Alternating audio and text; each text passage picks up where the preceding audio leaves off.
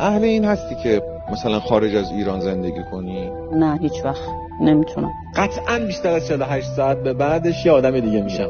منو برگردونید، من نمیتونم. من نمیتونم هیچ جای دیگه دنیا زندگی کنم غیر از ایران. من یک دقیقه خارج از ایران تاب نمی‌کنم. ایران جان من.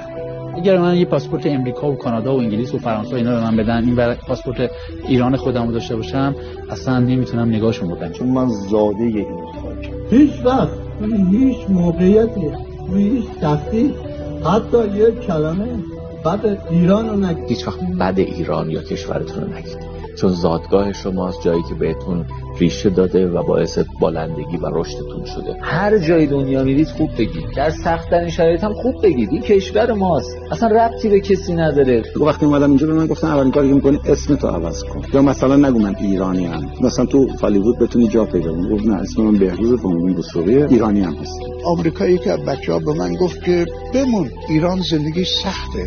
گفتم ببین ایران سخته، منتها اینجا بی‌معنیه. من سختی رو به بی‌معنایی ترجیح میدم.